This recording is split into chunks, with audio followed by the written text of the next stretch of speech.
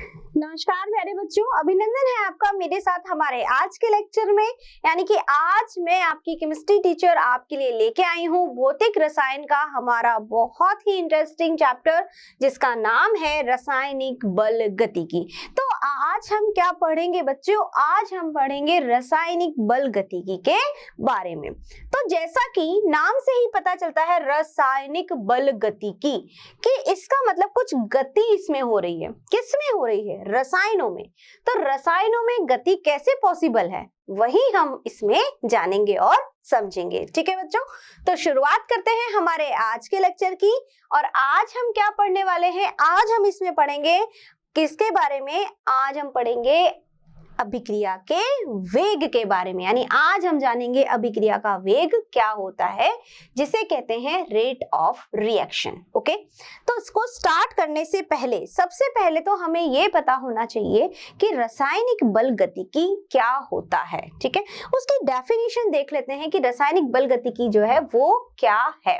देखिए, किसी भी रासायनिक अभिक्रिया का वेग को प्रभावित करने वाले कारक, क्रियाविधि के बारे में भौतिक रसायन की जिस शाखा में अध्ययन किया जाता है वही क्या कहलाती है? रासायनिक बल गतिकी। रासायनिक बल गतिकी यानी कि केमिकल काइनेटिक्स। ठीक है, अब देखो कौन सी शाखा में अध्ययन कर रहे हैं? भौतिक रसायन में। आप जो रसायन पढ़ते हैं, रसायन में हम क्या पढ़ते हैं? 3 ब्रांचेस हमारी कौन कौन सी? कार्बनिक, अकार्बनिक और भौतिक। तो भौतिक रसायन में जहां हम पढ़ेंगे रासायनिक अभिक्रिया का वेग, उसको प्रभावित करने वाले कारक तथा उसकी क्रियाविधि के बारे में हम जहां जानेंगे, वही क्या कहलाती है? रासायनिक बल गतिकी या केमिकल काइनेटिक्स। ठीक है, अब देखो रासायनिक बल गतिकी या केमिकल काइनेटिक्स में हम क्या क्या पढ़ने वाले हैं, यानी कौन कौन सी चीजें हम इसमें जानेंगे और समझेंगे, वो देखते हैं। इसमें हम पढ़ेंगे बच्चों क्या? इसमें हम पढ़ेंगे सबसे पहले अभिक्रिया का वेग। जैसा कि मैंने आपको अभी भी बताया, अभिक्रिया का वेग यानी कि रेट ऑफ रिएक्शन। ठीक है, और उसके बाद में हम जानेंगे वेग को प्रभावित करने वाले कारक, वेग नियम, आणविकता तथा क्रिया विधि। तो ये सारा कंटेंट हम पढ़ने वाले हैं इस चैप्टर के अंदर। समझ में आया आपको मैंने क्या कहा? कि भौतिक रसायन की वो शाखा जिसमें हम क्या जानेंगे कि जो क्रियाविधि हो रही, किसके मध्य हो रही है? क्रियाविधि हो रही है हमारे रासायनिक अभिक्रिया। देखो, कोई भी क्रिया होती है, रासायनिक अभिक्रिया हम पढ़ते आ रहे हैं। क्या पढ़ते आ रहे हैं? केमिकल चेंज, फिजिकल चेंज पढ़ते आ रहे हो। तो केमिकल चेंज क्या होता है? जिसमें कि एक नया प्रोडक्ट, नई चीज बन के हमारे सामने आती है, हम ये पढ़ते हैं। तो इस तरह से क्या होता है कि क्रिया कारक आपस में भाग लेते हैं क्रिया में, है ना, और क्या बनता है? एक नया प्रोडक्ट या उत्पाद बनता है। तो रिएक्टेंट्स पार्टिसिपेट करते हैं रिएक्शन में और हमें प्रोडक्ट मिलता है, यानी क्रियाकारक भाग लेते हैं और उत्पाद बनता है। अब इस तरह से जब क्रियाकारक भाग ले रहे हैं तो उनमें अभिक्रिया कैसे हो रही है, उनका वेग क्या है, ये सब हम जानेंगे। ठीक है, किसमें जानेंगे? रासायनिक बल गतिकी के अंदर। ठीक है, तो इसमें हम क्या क्या पढ़ने वाले हैं? इसमें हम ये सारी चीजें पढ़ने वाले हैं। हम अभिक्रिया का वेग पढ़ेंगे, यानी अभिक्रिया की वेग होता क्या है, उसको कौन कौन से फैक्टर्स जो है वो प्रभावित करते हैं, वेग नियम क्या है, आणविकता क्या है, क्रियाविधि क्या है। तो ये सब चीजें हम पढ़ेंगे रासायनिक बल गतिकी के अंदर। ठीक है, तो शुरुआत करते हैं इसकी हमारे पहले टॉपिक से, पहले लेक्चर से, जिसका नाम है अभिक्रिया का वेग। तो आज हम सिर्फ और सिर्फ पढ़ेंगे अभिक्रिया के वेग के बारे में। ठीक है, अब देखो अभिक्रिया का वेग। तो वेग जैसे ही नाम हमारे दिमाग में आता है तो हम कहाँ जाते हैं? हमारा दिमाग जाता है फिजिक्स की तरफ। फिजिक्स में हम क्या पढ़ते हैं? वेग का मतलब होता है एकांक समय में विस्थापन, यानी कि हम कह सकते हैं विस्थापन बटे में समय क्या है? वेग। और एक ये सदिश राशि है, आपको पता है। अब देखो, लेकिन यहाँ पे तो कुछ अलग ही बात है। यहाँ तो हम अभिक्रिया का वेग पढ़ रहे हैं, यानी अभिक्रिया का वेग क्या है? क्या समय में विस्थापन हो रहा है इसमें, या हो क्या रहा है? ठीक है, तो सबसे पहले हम इसकी देखते हैं कि इसकी डेफिनेशन क्या है, इसकी परिभाषा क्या है। ठीक है, तो इसकी डेफिनेशन क्या कहती है हमें? इकाई समय में अभिकारक तथा उत्पाद की सांद्रता में होने वाला परिवर्तन ही अभिक्रिया का वेग कहलाता है। देखिए, जैसा कि आपको पता है बच्चों कि कोई भी अभिक्रिया होती है तो अभिक्रिया में कौन भाग लेता है? क्रियाकारक। बनता क्या है? उत्पाद। यही पढ़ते आए हम। यानी कि जब भी हम अभिक्रिया की बात करते हैं तो उसमें सबसे पहले हमारे पास क्या होते हैं? हमारे पास होते हैं क्रियाकारक। ठीक है, क्रियाकारक जिसे हम बोलते हैं रिएक्टेंट्स, यही बोलते हो क्रियाकारक। क्रियाकारक अभिक्रिया में भाग लेकर के और क्या बनाते हैं? क्रियाकारक बनाते हैं उत्पाद, प्रोडक्ट बनाते हैं। क्या बना रहे हैं? उत्पाद या प्रोडक्ट। ठीक है, अब ये क्या कह रहा है? अब ये कह रहा है इकाई समय में अभिकारक, क्रियाकारक क्या होता है? अभिकारक। क्रियाकारक या अभिकारक जो है वो या फिर उत्पाद, दोनों की बात कर रहे हैं। रिएक्टेंट की बात भी कर रहे हैं, प्रोडक्ट की बात कर रहे हैं। दोनों की सांद्रता में होने वाला परिवर्तन क्या कहलाता है? अभिक्रिया का वेग कहलाता है। यानी किस में परिवर्तन होगा? सांद्रता में। किसके साथ होगा? समय के साथ। यानी कि हर एक क्षण में सांद्रता में जो परिवर्तन होगा वही क्या होगा? अभिक्रिया का वेग। यानी एकांक या इकाई समय में अभिकारक तथा उत्पाद की सांद्रता में होने वाला परिवर्तन ही क्या कहलाता है? अभिक्रिया का वेग। तो अभिक्रिया में कौन भाग लेते हैं? हमें पता है रिएक्टेंट, और रिएक्टेंट से क्या बनता है? प्रोडक्ट। ठीक है, अब बात ये आती है कि इसमें हम किस तरह की अभिक्रियाएं पढ़ेंगे, है ना? अभिक्रिया का वेग, तो इसमें हम यानी किस तरह की अभिक्रियाओं के वेग को हम जानेंगे। तो देखो, इसको समझने के लिए हम आते हैं स्टेप बाय स्टेप। सबसे पहले हम देखते हैं कौन सी तरह की अभिक्रिया। सबसे पहले हम देखेंगे बच्चों बहुत तेज गति से होने वाली अभिक्रियाएं या रिएक्शन, या कह सकते हैं वेरी फास्ट रिएक्शंस। ठीक है, तो सबसे पहले करते हैं तेज गति से होने वाली या तेज गति से होने वाली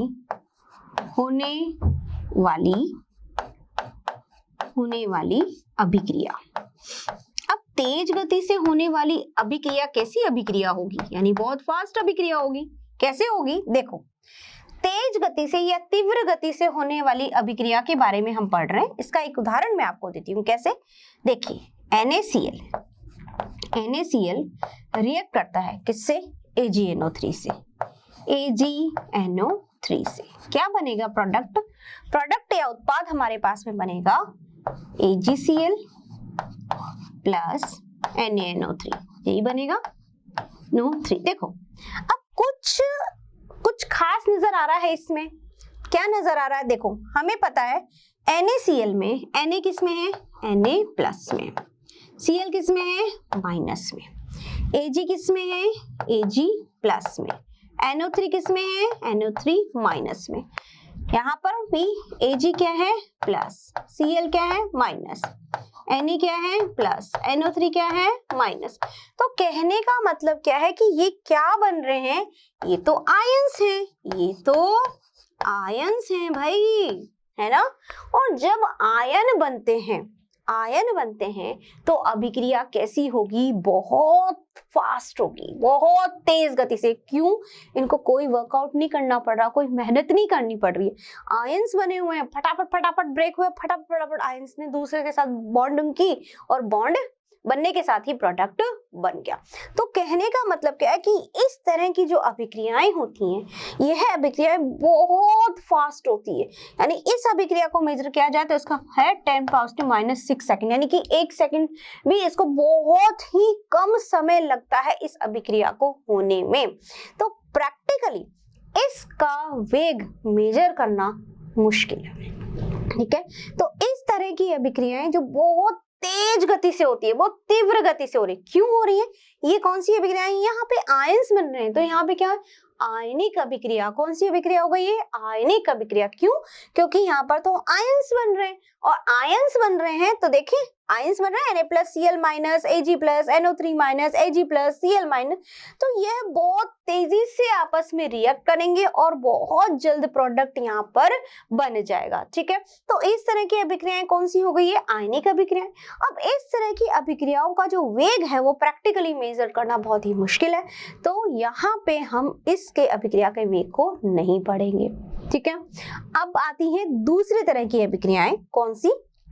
अब हम पढ़ेंगे स्लो रेट से, वेरी स्लो, अब वेरी फास्ट पढ़ा, अब वेरी स्लो, यानी कि बहुत धीरे, मंद गति से होने वाली अभिक्रियाएं। ठीक है, अब हम पढ़ते हैं, यानी नंबर सेकंड हमने ली मंद गति से, मंद यानी बहुत धीरे, मंद गति से, मंद गति से होने वाली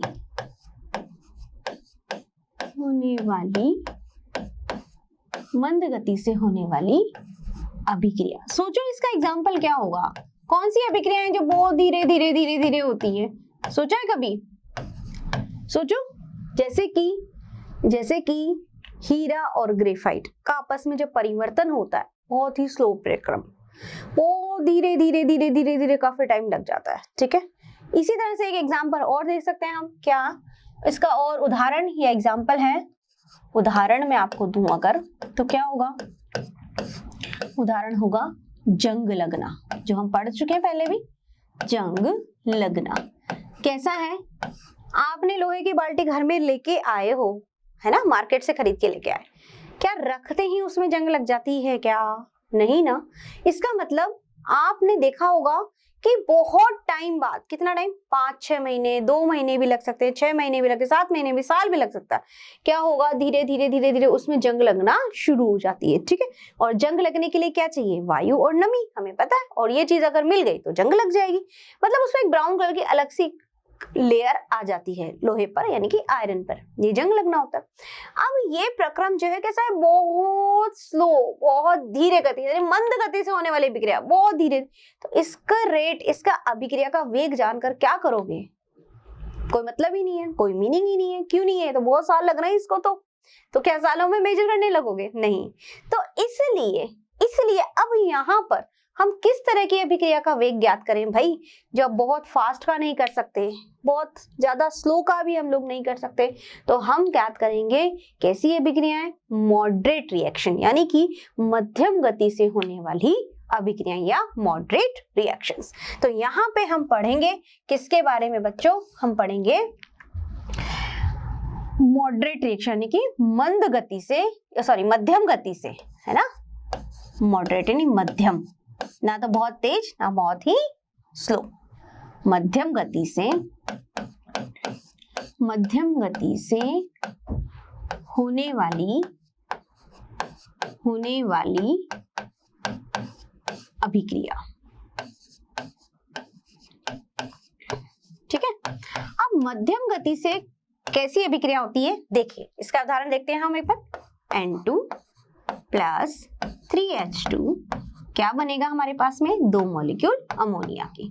अब इसमें क्या है, देखो इसमें नाइट्रोजन के साथ 3 बॉन्ड बनाते हुए, ठीक है, हाइड्रोजन के साथ बॉन्ड बना हुआ, ठीक है। अब होगा क्या, N और H के बीच बॉन्ड बनेगा यहाँ पे, तो देखिए इस तरह से HH, तो किस तरह से बॉन्ड बनाएगा, ये इस तरह से, ठीक है।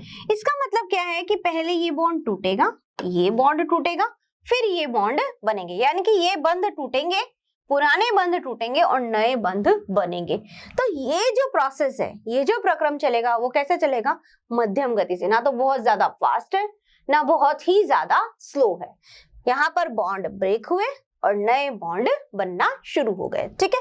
तो इस तरह से जो होने वाली अभिक्रियाएं हैं, उन्हीं के लिए हम क्या ज्ञात करेंगे, अभिक्रिया का वेग ज्ञात करेंगे। और ये कौन सी अभिक्रियाएं हैं, ये है आणविक अभिक्रियाएं। कौन सी अभिक्रियाएं हैं, आणविक, कौन सी हैं, आणविक अभिक्रियाएं, ठीक है। तो आणविक अभिक्रियाओं के लिए हम क्या देखेंगे, अभिक्रिया का वेग जानेंगे, ठीक है बच्चों।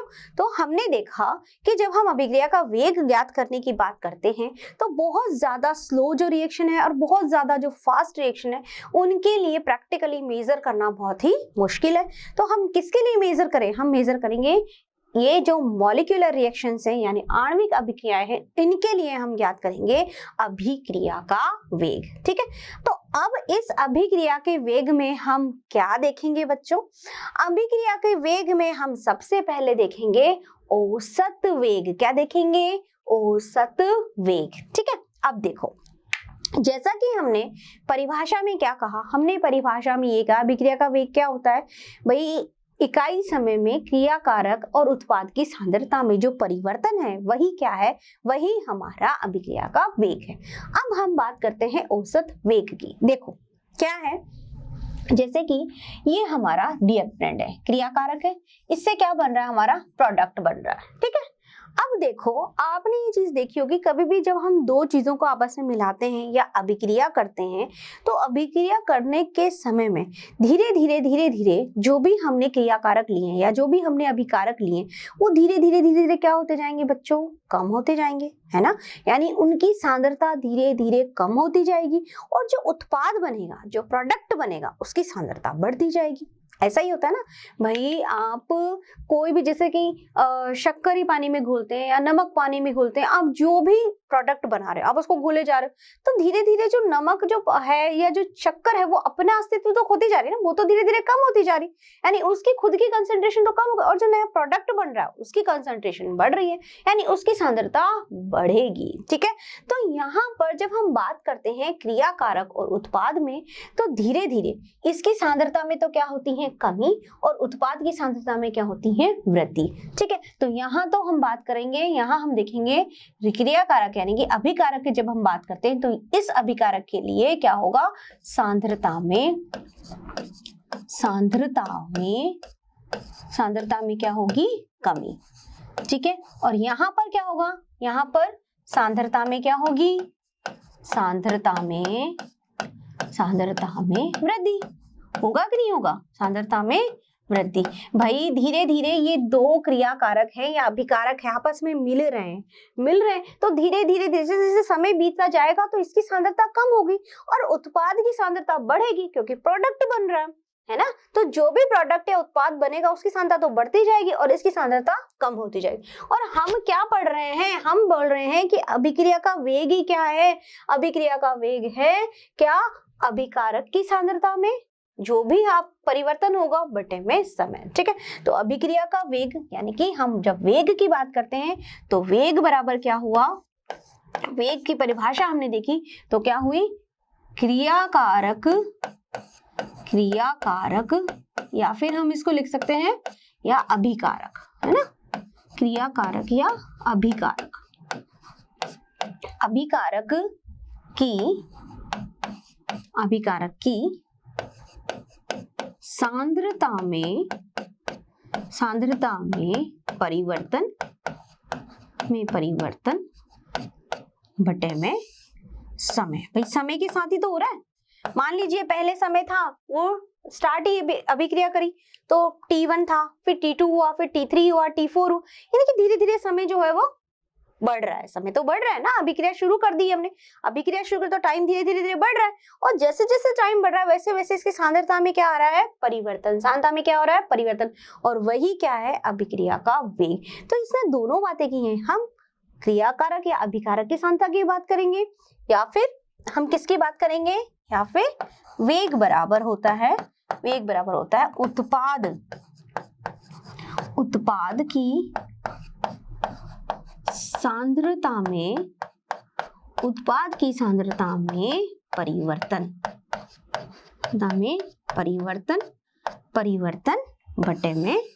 बटे में समय, ठीक है बच्चों। तो यानी कि क्रियाकारक की या अभिकारक की सांद्रता में परिवर्तन बटे में समय, और या फिर उत्पाद की सांद्रता में परिवर्तन या फिर समय क्या कहलाता है, ये हमारा कहलाता है औसत वेग यानी अभिक्रिया का वेग।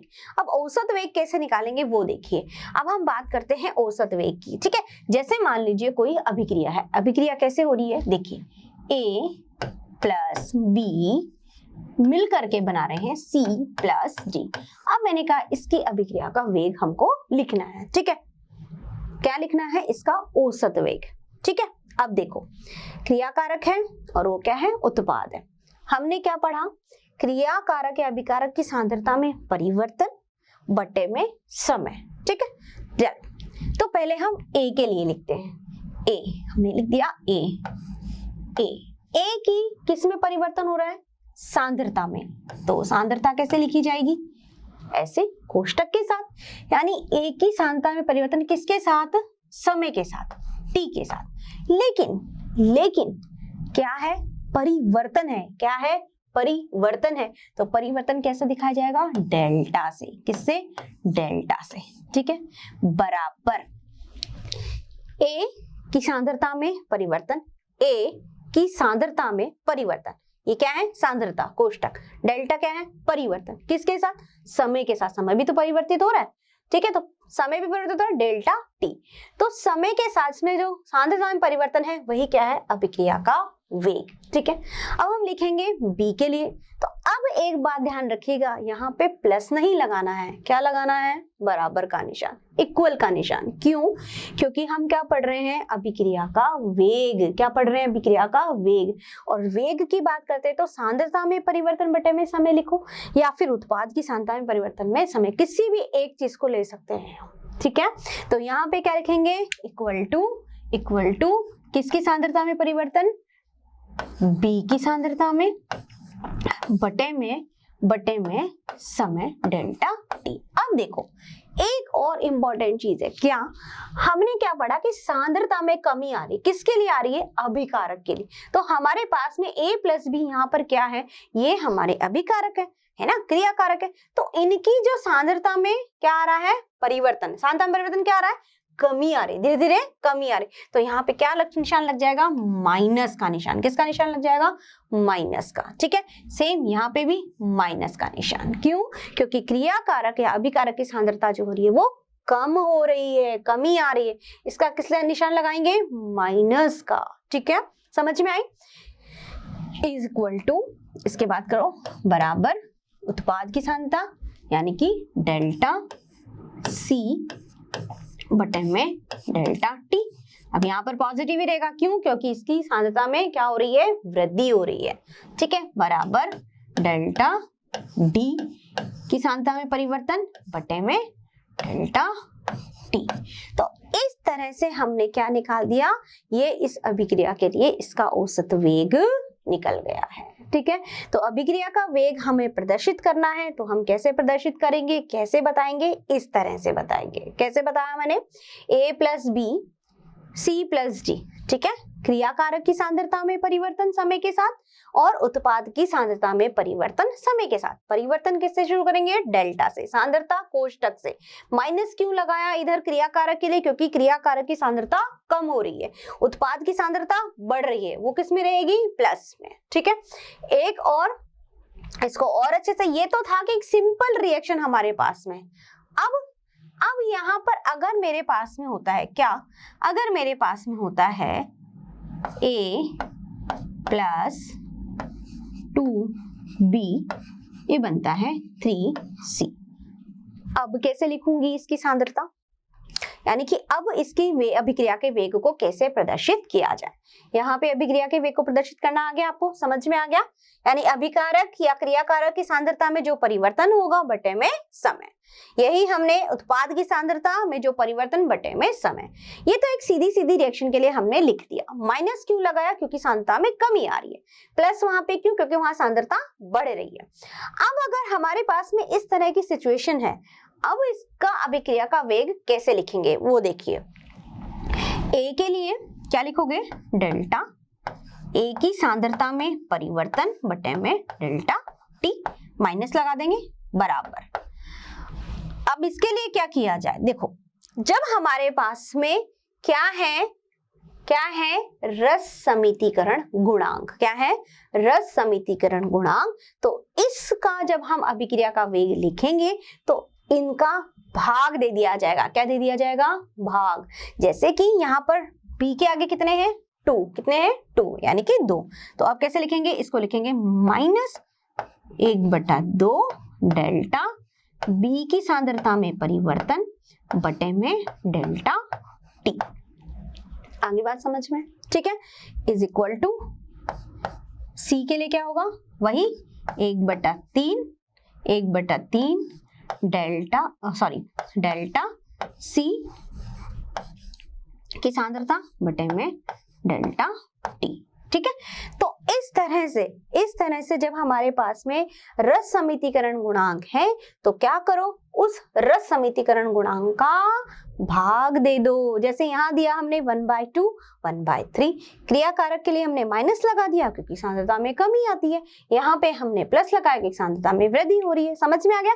तो इस तरह से हम अभिक्रिया के वेग को प्रदर्शित कर सकते हैं। ठीक है बच्चों, तो इस तरह से हमने लिख दिया इनका औसत वेग, यानी कि कैसे इनके वेग को हमने प्रदर्शित किया है।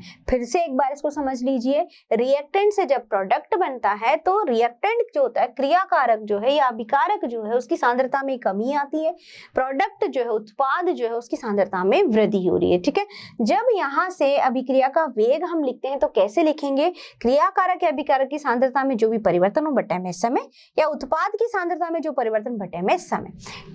रिएक्शन हमने लिखी, इसको कैसे अभिक्रिया का वेग हमने प्रदर्शित किया, इस तरह से। ठीक है, माइनस क्यों लिखा, कमी आ रही है, वहां पे वृद्धि हो रही किसमें, सांद्रता में। ठीक है, अब परिवर्तन किससे शुरू किया जाता है, डेल्टा से। भाई जैसे कि अभिक्रिया शुरू करी तो मान लीजिए 0 से टाइमिंग हमने स्टार्ट किया, जब अभिक्रिया शुरू हम कर ही रहे हैं तब 0 टाइमिंग लेंगे, वहां से स्टार्ट करेंगे, मान ली 2 सेकंड बाद कुछ और हुआ, 4 सेकंड के बाद अभिक्रिया कुछ और थी, यानी धीरे धीरे समय के साथ में, यानी T1 मान लीजिए 2 सेकंड को, या T2 मान लीजिए 6 सेकंड्स को। तो इस तरह से जो समय अंतराल है, यानी कि T2 माइनस T1, वही होगा हमारा क्या, डेल्टा टी, कि भाई इस टाइम से लेकर के इस टाइम के बीच में ये चेंजेशन आए। ठीक है, तो यही यहाँ पर डेल्टा ए, यानी कि डेल्टा का मतलब उस टाइम कंसेंट्रेशन कुछ और थी जब टाइमिंग T2 था और टाइमिंग T1 है, तब उस केस में सांद्रता कुछ और है। तो इस तरह से हम इसकी सांद्रता को प्रदर्शित, यानी अभिक्रिया के वेग को सांद्रता के रूप में प्रदर्शित कर सकते हैं कि सांद्रता में जो परिवर्तन हो रहा है समय के साथ, वही अभिक्रिया का वेग है। और इस तरह से हम इसमें इसको प्रदर्शित करेंगे। प्लस का निशान नहीं लगाना है, क्या करेंगे, इक्वल टू, ये ध्यान रखिएगा, बराबर का निशान लगाते हुए हमें इसे प्रदर्शित करना है। ठीक है, तो ये है हमारी अभिक्रिया का औसत वेग। ठीक है, चलिए अब हम किसके बारे में जानेंगे। अच्छा, एक इंपॉर्टेंट बात और है इसमें बच्चों, क्या, जब ये क्रिया कारक जब अभिक्रिया करते हैं तो इनको बोलते हैं, इनके तो होती है विलुप्त होने की दर, और जो प्रोडक्ट बनता है उसको बोलते हैं उत्पादन की दर। ये ध्यान रखिएगा, यहाँ पे जो अभिकारक है इसके लिए हम बोलते हैं विलुप्त होने की दर, है ना, और जो उत्पाद बनता है उसके लिए बोलते हैं उत्पादन की दर, यानी रेट ऑफ प्रोडक्शन, और यहाँ पे बोलते हैं यहाँ पे रेट ऑफ डिग्रेडेशन, यानी किस तरह से ये विलुप्त हो रहा है, खत्म हो रहा है धीरे धीरे, तो वो उसकी दर, और इधर क्या लिखेंगे हम, उत्पादन की दर। अब इसको भी हम आगे आपको बताएंगे कि इसको हम कैसे प्रदर्शित करेंगे। तो एग्जाम्पल मैं आपको देती हूँ, उस एग्जाम्पल से आपको और भी ज्यादा क्लियर हो जाएगा और समझ में आ जाएगा। ठीक है, कि औसत वेग जो है वो हम कैसे प्रदर्शित करेंगे। ठीक है, चलिए, तो हमने मान लीजिए एक एग्जाम्पल लिया, क्या एग्जाम्पल लिया, मान लीजिए हमारी अभिक्रिया है N2 प्लस 3H2। ठीक है, और क्या बना, हमारे पास में बने 2 मॉलिक्यूल अमोनिया के, 2NH3। ठीक है, क्लियर। अब देखो, इस अभिक्रिया के लिए मुझे क्या क्या प्रदर्शित करना है, इसके लिए मुझे अभिक्रिया का वेग लिखना है ना, अभिक्रिया का वेग, अभिक्रिया का वेग प्रदर्शित करना है, क्या होगा। ठीक है, दूसरी बात मुझे क्या लिखना है, मुझे लिखना है N2 के विलुप्त होने की दर, N2 के विलुप्त होने की दर। ठीक है, और नंबर 3 H2 के विलुप्त होने की दर।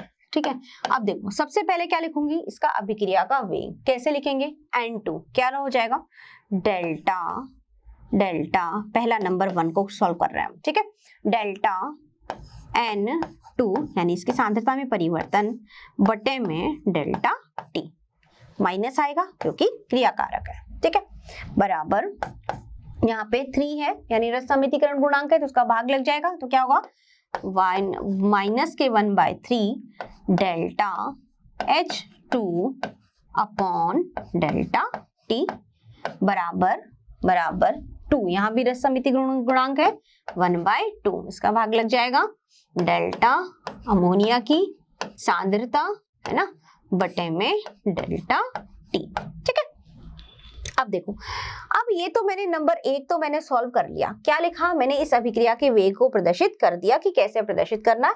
इनको माइनस में लिखा क्योंकि दोनों मेरे क्रिया कारक है, और यहाँ पे जो उत्पाद बन रहा है उसके लिए मैंने प्लस लिख दिया। ठीक है, अब देखो, अब मुझे लिखना है N2 के विलुप्त होने की दर। नंबर सेकंड, N2 के विलुप्त होने की दर, यानी N2 ये है, इसके विलुप्त होने की दर क्या लिखेंगे?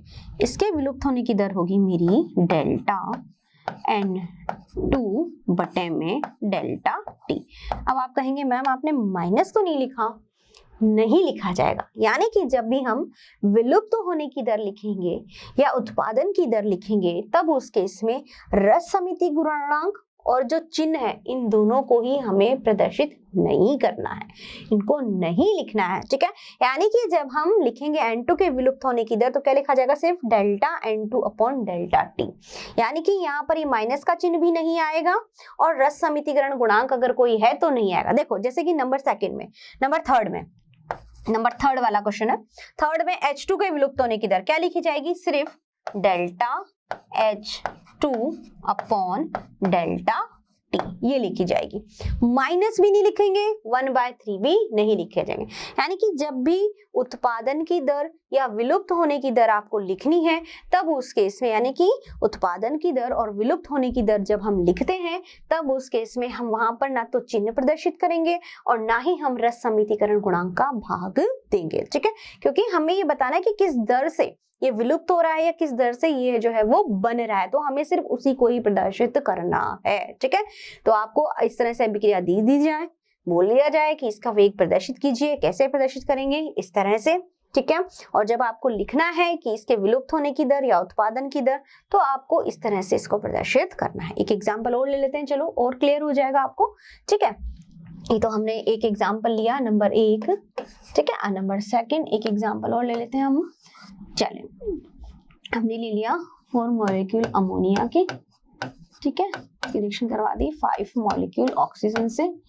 क्या बना मेरे पास में? 4 molecule NO and then 6 molecule water. ठीक है, देखो एक ही मेरी इस तरह की रिएक्शन बनी है। अब इस अभिक्रिया में आपसे कहते हैं अभिक्रिया का वेग प्रदर्शित करना है। क्या प्रदर्शित करना है? अभिक्रिया का वेग पहला। ठीक है, दूसरा O2 के विलुप्त होने की दर, विलुप्त होने की दर। नंबर थर्ड NO के उत्पादन की दर आपको बतानी है। तो कैसे प्रदर्शित करेंगे इसको? देखो सबसे पहले अभिक्रिया का वेग लिखते हैं। नंबर 1 क्या होगा इसके लिए? -1/4 डेल्टा अमोनिया की कंसंट्रेशन NH3, ठीक है, बटे में डेल्टा T। ठीक है, दूसरा बराबर -1/5 डेल्टा O2 बटे में डेल्टा T। ठीक है, बराबर यहां लिख देते हैं, दोनों एक साथ बराबर। नेक्स्ट क्या है? 4 NO 1/4 डेल्टा NO बटे में डेल्टा T। यहाँ माइनस लगाया था, यहाँ नहीं लगाया, क्यों? क्या है हमारा? प्रोडक्ट है, उत्पाद है। ठीक है, इसी तरह से इक्वल टू 1/6 डेल्टा H2O की कंसंट्रेशन बटे में डेल्टा T। तो इस तरह से मैंने क्या प्रदर्शित कर दिया? अभिक्रिया के वेग को प्रदर्शित किया है। ठीक है, अब नेक्स्ट है O2 के विलुप्त होने की दर। O2 के विलुप्त होने की दर कौन सी है? O2। तो यहाँ पर O2 के लिए मेरे पास क्या आ रहा था? ये आ रहा था। ठीक है, तो क्या होगा इसका? नंबर सेकंड के लिए O2 के विलुप्त होने की दर क्या हुई बच्चों? डेल्टा O2 की कंसंट्रेशन बटे में डेल्टा T। ना तो मैंने माइनस का निशान लिखा, ना ही मैंने रस समितिकरण गुणांक लिखा। ठीक है, तो ये है इसके विलुप्त होने की दर। ठीक है, नंबर 3 है NO के उत्पादन की दर। तो नंबर 3 NO का उत्पादन, NO कहाँ बन रहा? ये रहा। ठीक है, क्या बनेगा? डेल्टा NO की कंसंट्रेशन बटे में डेल्टा T। ठीक है, तो ये क्या हो गई, ये हो गई मेरे NO के उत्पादन की दर। ठीक है बच्चों, तो ये सारी बातें हमारी किसके बारे में हुई, ये हुई हमारे औसत वेग। देखो दो तरह का वेग हम पढ़ेंगे इसमें, औसत वेग और तात्क्षणिक वेग। ठीक है, तो ये हमें क्या निकाला है, औसत वेग। ठीक है, तो इस तरह से अभिक्रिया के वेग को हम प्रदर्शित करते हैं। अभिक्रिया का वेग हमने इस तरह से लिखा, सांद्रता में कमी हो रही है इसलिए क्रियाकारक के लिए, किसकी सांद्रता में कमी, क्रियाकारक की, इसलिए वहां क्या लिखा हमने, माइनस लिखा। ठीक है, और उत्पादन के लिए सिंपल, प्लस का निशान नहीं लगाना है, क्या लिखाओगे, इक्वल टू का निशान। क्यों लगाओगे, क्योंकि डेफिनेशन क्या कह रही है, डेफिनेशन ये कह रही है कि इकाई समय में अभिकारक, क्रियाकारक या उत्पाद की सांद्रता में जो परिवर्तन है वही तो अभिक्रिया का वेग है। तो वही यहाँ पे सारे क्रियाकारक जो है या उत्पाद जो, उनमें से किसी भी एक को ले लो। ठीक है, तो हम इस तरह से इनको प्रदर्शित कर सकते हैं। दूसरी बात, इंपॉर्टेंट बात, कि जब भी विलुप्त होने की दर या उत्पादन की दर आप लिखेंगे तब उस केस में माइनस या प्लस के चिन्ह को अवॉइड करना है, नहीं लिखना है। दूसरी बात, रस समितिकरण गुणांक भी प्रदर्शित नहीं करना है। कब, जब विलुप्त होने की या उत्पादन की दर आप लिखोगे। ठीक है, लेकिन जब अभिक्रिया का वेग लिखोगे तब मत भूलना हो, तब उस समय हमको लिखना है क्या, रस समितिकरण गुणांक भी और चिन्ह भी। रस समितिकरण गुणांक का क्या देना है, भाग देना है। ठीक है, तो ये सारी बातें हुई हमारी किसके बारे में, ये हुई हमारे अभिक्रिया का वेग, जिसमें हमने पढ़ा औसत वेग। ठीक है, अब हम पढ़ेंगे और भी हमारा इंटरेस्टिंग और टॉपिक है इसमें, और वो क्या है, वो है बच्चों हमारा, तो अब हम बात करते हैं किसकी, तात्क्षणिक वेग की। तात्क्षणिक वेग यानी कि एक क्षण विशेष के लिए क्या वेग होगा, वही क्या है, तात्क्षणिक वेग। यानी कि एक पर्टिकुलर टाइम पर उस अभिक्रिया का वेग क्या होगा, वही क्या कहलाएगा, हमारा तात्क्षणिक वेग। कैसे, देखिए हमने क्या कहा, हमने कहा कि यहाँ पे A हमारा कोई क्रिया कारक है और इससे हमारा उत्पाद कोई B बन रहा है। ठीक है, तो यहाँ पे मैंने जब t बराबर जब मैंने यहाँ पे लिया 0, फिर t बराबर मैंने यहाँ पे लिया 2, फिर t बराबर मैंने यहाँ लिया 4, फिर t बराबर मैंने लिया यहाँ पर 6, तो मेरे यहाँ पर अभिकारक की सांद्रता मान लीजिए पहले थी 10, फिर हुई 8, फिर हुई 6, फिर हुई 4, और यहाँ पे इसकी सांद्रता जो हो रही है वो मेरी क्या हो रही है, धीरे धीरे बढ़ रही है। पहले कम थी, यानी पहले 2 थी, फिर 4 हुई, फिर 6 हुई, फिर 8 हुई। तो कहने का मतलब क्या है, कहने का मीनिंग ये है कि यहाँ पे जब हम सांद्रता में परिवर्तन हम पढ़ रहे थे अभिक्रिया का वेग, तो वहां पे हम देख रहे थे डेल्टा टी। क्या देख रहे थे, डेल्टा टी। डेल्टा टी का मतलब क्या है कि जब t बराबर 2 था और t बराबर 4 था, तो यहाँ से यहाँ तक जब पहुंचे तब उस केस में सांद्रता में जो परिवर्तन हुआ वही हमने लिखा अभिक्रिया का वेग, यही लिखा। लेकिन अब जब हम बात कर रहे हैं तात्क्षणिक वेग की, तो तात्क्षणिक वेग में मैं आपसे कहती हूँ कि t बराबर जब 4 था, जब एक पर्टिकुलर टाइम ले लिया मैंने कि जब t बराबर 4 था, तो उस समय अभिक्रिया का वेग क्या था, वही क्या है, तात्क्षणिक वेग। यानी यहाँ पर डेल्टा टी क्या है, 0। डेल्टा टी क्या है, 0। मैं समय अंतराल की बात नहीं कर रही हूँ, मैं बात कर रही हूँ एक क्षण विशेष पे, एक पर्टिकुलर टाइम पीरियड पर उस अभिक्रिया का वेग क्या था, उसकी बात हम यहाँ पे कर रहे हैं। यानी कि डेल्टा टी बराबर क्या है, 0। मैंने कहा टी बराबर जब 4 था तब उस समय अभिक्रिया का वेग क्या था, यानी उस समय क्या वेग निकाला, उसे कहा जाएगा तात्क्षणिक वेग। ठीक है, तो तात्क्षणिक वेग को जब डेल्टा टी बराबर 0 है तो उसको कैसे लिखा जाएगा, डेल्टा टी बराबर डी, कैसे लिखा जाएगा, dt, सॉरी, डेल्टा टी बराबर dt लिखा जाएगा। ठीक है, यानी कि बहुत बहुत बहुत ही कम समय अंतराल के लिए हम क्या लिखेंगे, dt। ठीक है, तो तात्क्षणिक वेग के लिए इसी तरह से जो हम डेल्टा c लिख रहे थे, यानी कि अभिक्रिया में जो परिवर्तन नहीं लिख रहे थे, अब इसको क्या लिखेंगे, इसको भी लिखेंगे d और c, इस तरह से। ठीक है, तो सांद्रता में परिवर्तन भी क्या लिखा जाएगा, dc, और समय में परिवर्तन भी कैसे लिखेंगे, dt। यही क्या है, यही हमारा क्या है, तात्क्षणिक वेग। क्या है, तात्क्षणिक वेग।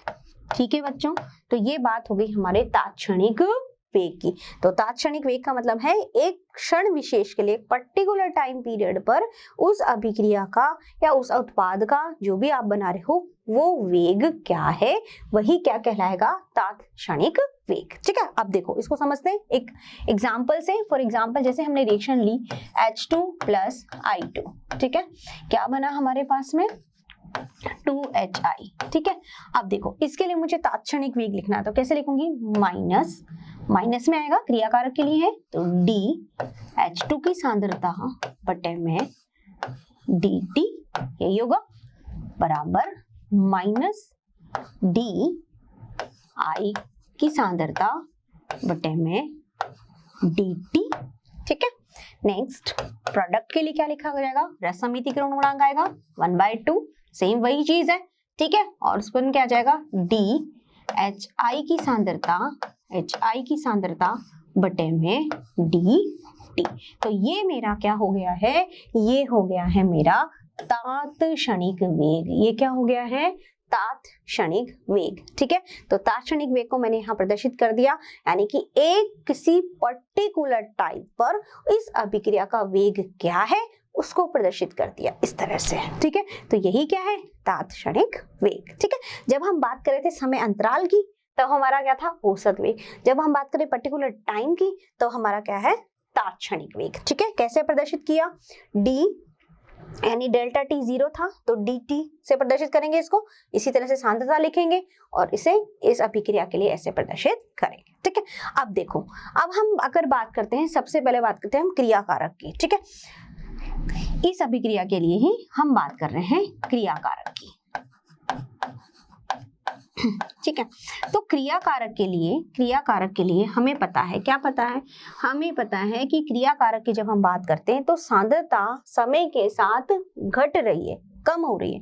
तो ये हमारा है T टाइम, यहाँ हमारा है C सांद्रता। ठीक है, तो सांद्रता में जो परिवर्तन हो रहा है वो क्या हो रहा है, समय के साथ में कम हो रही है ना, तो समय के साथ धीरे धीरे कम हो रही है। ठीक है, अब देखो, लेकिन कभी भी जीरो नहीं होगी, कभी भी जीरो नहीं होती है, ये ध्यान रखना, क्रिया कारक की सांद्रता कभी भी जीरो नहीं होगी। अब यहाँ पर क्रिया कारक जो है वो क्रिया कारक सांद्रता धीरे धीरे कम ही हो रही है, सांद्रता में कमी हो रही है। अब मैंने कहा कि एक पर्टिकुलर टाइम पर मुझे तात्क्षणिक वेग निकालना है इसके लिए, यानी इस अभिक्रिया के लिए तात्क्षणिक वेग क्या है, dH2 dt। तो ये कहाँ आएगा, तो इसके लिए जो हम मैथ्स में पढ़ते आ रहे क्या, कि एक स्पर्श रेखा खींचेंगे, किस पे, यहाँ पे। ठीक है, एक स्पर्श रेखा हमने यहाँ पे खींच दी, ये मान लीजिए एक स्पर्श रेखा यहाँ पे हमने खींच दी। ठीक है, क्या बना दी, एक स्पर्श रेखा बना दी। तो यहाँ पर ये कौन क्या बनेगा, थीटा, क्या बनेगा, थीटा। अब इस पर्टिकुलर टाइम पर मुझे क्या मिल जाएगा, इस टाइम विशेष पर मुझे क्या मिल गया, मान लीजिए H2, तो माइनस ये मेरा हो गया ये तात्क्षणिक वेग dH2 अपॉन dt।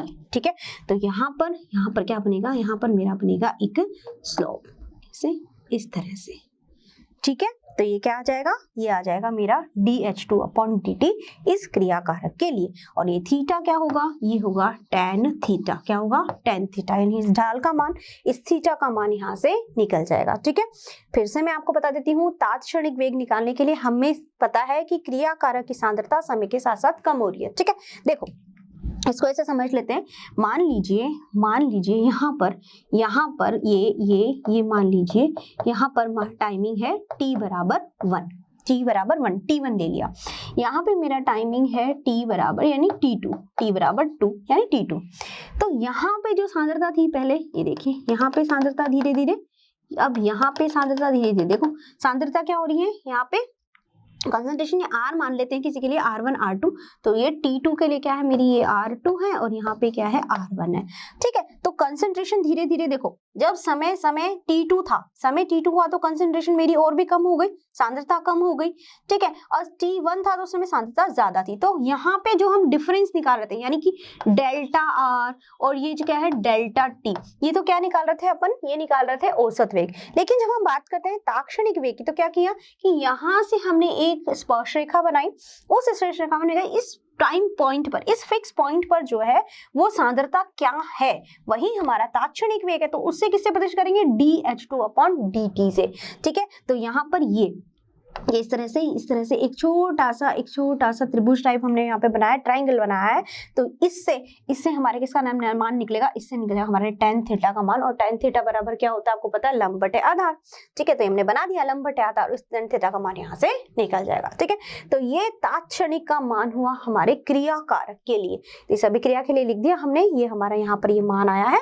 तात्क्षणिक वेग किसके लिए है, क्रिया कारक के लिए। ठीक है, तो इस तरह से रेखा खींचेंगे, स्पर्श रेखा, यहाँ पे थीटा का मान आ जाएगा। ठीक है, और ये थीटा का मान आप देखेंगे किस तरह से है, यानी कि पॉजिटिव या नेगेटिव, वो मैं अब आपको आगे बताऊंगी। ठीक है, तो ये हमारी सारी बातें हुई किसके लिए, क्रिया कारक की, जब हम बात कर रहे हैं तात्क्षणिक वेग के लिए। ठीक है, इसी तरह से अगर हम बात करते हैं किसकी बच्चों, उत्पाद के बारे में। नहीं, उत्पाद में हम इस ग्राफ को कैसे देखेंगे। ठीक है, यानी कि हमारे पास में जो अभिक्रिया थी, अभिक्रिया क्या देखी हमने, अभिक्रिया हमने देखी H2 + I2, और हमारे पास क्या बन रहा है, हमारे पास बन रहा है 2HI। ठीक है, इसके लिए हमने मान निकाला, किसका मान निकाला हमने, तात्क्षणिक वेग। क्या निकाला, फिर से लिख देती हूँ, आपको याद रहेगा, DH2 बटे में DT, माइनस में रहेगा, बराबर माइनस में ही DI2 बटे में DT, बराबर 1/2 DHI की कंसंट्रेशन यानी सांद्रता बटे में DT। ये हमने लिखा तात्क्षणिक वेग इस अभिक्रिया के लिए। अब हम बात करते हैं किसकी, उत्पाद की। हमने सांद्रता देखी किसकी, हमने देख ली क्रिया कारक की, कि क्रिया कारक की किस तरह से सांद्रता जो है वो समय के साथ क्या हो रही है, कम। लेकिन जब हम उत्पाद की बात करते हैं या प्रोडक्ट की बात करते हैं, तब देखिए हम बात कर रहे हैं किसकी, उत्पाद की या प्रोडक्ट की। ये प्रोडक्ट है हमारा, ठीक है, ये इसकी सांद्रता है यहाँ पे, और यहाँ पे ये हमारा है टाइम t। तो यहाँ पे जब हमने देखा तो हमारी जो सांद्रता मिलेगी वो कैसे बढ़ रही है, वो बढ़ रही है इस तरह से। ठीक है, ऐसे ही था। अब देखो यहाँ पे मान लीजिए एक मैंने पर्टिकुलर टाइम लिया, यहाँ पे t1, ये पर्टिकुलर टाइम है मेरा t बराबर 1। ठीक है, या t1। एक यहाँ पे मैंने टाइम लिया, ये रहा t बराबर 2 यानी t2। ठीक है, अब यहाँ पे मेरे को क्या प्रोडक्ट ये मिल रहा है, P, ये इसके लिए सांद्रता। तो यहाँ ये मेरा क्या है, ये है P1 और ये है P2। तो जब यह डेल्टा P या डेल्टा P और ये क्या है डेल्टा T, तो ये तो मेरा क्या हुआ, औसत वेग। क्या हुआ, औसत वेग, यानी कि डेल्टा P बटे में डेल्टा T जब हम कर रहे थे, ये इसकी आ गई सांद्रता, तो ये क्या हुआ, औसत वेग। क्या हुआ, औसत वेग। अब हम बात कर रहे हैं किसकी, तात्क्षणिक वेग की, है ना। तो यहाँ पे तात्क्षणिक वेग कैसे निकालेंगे, प्रोडक्ट के लिए, उत्पाद के लिए। किसके बात कर रहे हैं हम बच्चों, यहाँ पे हम बात कर रहे हैं उत्पाद की यानी प्रोडक्ट के लिए, तभी मैंने यहाँ पे लिखा है। ठीक है, अब देखो यहाँ पे भी सेम वही चीज हम क्या करेंगे, एक स्पर्श रेखा बनाएंगे। ठीक है, क्या बनाएंगे, इस ग्राफ को यहाँ कीजिए थोड़ा सा, ये रहा, यहाँ से एक स्पर्श रेखा बनाएंगे। ठीक है, कैसे, ऐसे। ठीक है, एक स्पर्श रेखा बना दी। ठीक है, अब देखो यहाँ पे जब स्पर्श इस पर्टिकुलर टाइम पीरियड में मुझे ज्ञात करना है, इस पर्टिकुलर टाइम पीरियड में मुझे ज्ञात करना है, तो वो क्या होगा मेरा, यहाँ से ये आ जाएगा मेरा थीटा का मान। ठीक है, और यहाँ पे एक क्या बनाएंगे, एक स्लोप बनाएंगे। तो एक मुझे यहाँ पे क्या मिल जाएगा, ये मेरा मान होगा, मेरा प्रोडक्ट क्या है, DHI। तो DHI बटे में DT, ये मेरा हो गया तात्क्षणिक वेग। यानी एक क्षण विशेष पर मेरा जो वेग होगा उत्पाद का, वो मेरा हो गया तात्क्षणिक वेग। तो यहाँ पे एक पर्टिकुलर टाइम पे मुझे ज्ञात करना है, मैंने यहाँ पे एक स्लोप बना दिया। ठीक है, इस तरह से। तो थीटा का मान मुझे क्या मिल जाएगा, तो क्या है, tan थीटा। क्या है, tan थीटा। यहाँ पे क्या है, ये tan थीटा। तो tan थीटा बराबर क्या होता है आपको पता है ना, क्या है, लंब बटे आधार, लंब बटे में आधार। ठीक है, तो मुझे किसका मान मिल जाएगा, मुझे मिल जाएगा ढाल का मान। ये जो ढाल है, ये ढाल जो है, इसका मान मुझे मिल जाएगा। ठीक है बच्चों, तो इस तरह से हम तात्क्षणिक वेग निकाल सकते हैं। यानी इस अभिक्रिया के लिए मैंने तात्क्षणिक वेग लिखा। प्रोडक्ट के लिए, उत्पाद के लिए मुझे पता है कि क्रिया कारक की जो उत्पाद की जो सांद्रता है वो उत्पाद की सांद्रता समय के साथ धीरे धीरे क्या हो रही है, बढ़ रही है, सांद्रता बढ़ रही है, उत्पाद की सांद्रता बढ़ रही है। तो एक पर्टिकुलर टाइम पीरियड पर मेरे इस उत्पाद का वेग क्या है, वो तात्क्षणिक वेग है। तो उसको यहाँ पे मैंने एक स्पर्श रेखा बनाते हुए थीटा का मान बनाया। तो इसको जब हम एक यहाँ पर एक मैंने क्या बना दिया, थीटा का मान ज्ञात करने के लिए लंब बटे आधार मेरे पास फॉर्मूला, तो मेरे पास इस ढाल का मान आ जाएगा। ठीक है, तो यहाँ पे ये पर्टिकुलर टाइम पीरियड पर मेरे ये क्या हुई, तात्क्षणिक वेग। तो इसका मान कैसे होगा, dhi/dt। तो एक पर्टिकुलर टाइम पीरियड पर मैं तात्क्षणिक वेग का मान निकाल सकती हूँ। ठीक है, तो यहाँ पे जब हम बात कर रहे थे डेल्टा पी बटे डेल्टा टी, तो औसत वेग की बात हुई। लेकिन जब हम बात करें dhi/dt, तो ये क्या है, ये है तात्क्षणिक वेग। क्या है, तात्क्षणिक वेग। ठीक है, तो ये क्या है, तात्क्षणिक वेग। पर्टिकुलर टाइम पीरियड में निकाल लिया मैंने। यहाँ पे इस तरह से मैंने एक ट्राइंगल बना दिया, और एक ट्राइंगल बना करके और यहाँ पर मैं क्या कर सकती हूँ, थीटा का मान निकालूंगी तो मुझे ढाल का मान मिल जाएगा। तो इस तरह से मैं इसके तात्क्षणिक वेग को प्रदर्शित कर सकती हूँ। किसके वेग को, अभिक्रिया के वेग। तो अभिक्रिया का हमने दो तरह से वेग देखा, औसत वेग जो ऐसे प्रदर्शित होगा, और दूसरा तात्क्षणिक वेग dhi/dt से। क्यों, इसका रीजन, क्योंकि एक पर्टिकुलर टाइम पीरियड के लिए हम बात कर रहे हैं, है ना, तो यहाँ पे हम समय अंतराल की बात कर रहे हैं। ठीक है बच्चों, तो ये हमारी सारी बातें हुई आज की, किसके बारे में, अभिक्रिया के वेग के बारे में। तो मुझे लगता है आज आपको अच्छे से समझ में आ गया होगा कि रेट ऑफ रिएक्शन या अभिक्रिया का वेग क्या होता है। ठीक है बच्चों, तो ये सब आप अच्छे से पढ़िएगा, समझिएगा और मेरे साथ बने रहिएगा। ठीक है बच्चों, तो आज के लिए इतना ही, धन्यवाद। आशा करता हूं हमारे टॉप एजुकेटर का यह लेक्चर आपको पसंद आया होगा। अगर पसंद आया है तो वीडियो को लाइक करिए, चैनल को सब्सक्राइब करिए और शेयर भी करिए, क्योंकि ज्ञान बांटने से बढ़ता है और सही बताऊं तो पुण्य भी मिलता है। मुझे सुनने के लिए बहुत बहुत धन्यवाद। Thank you.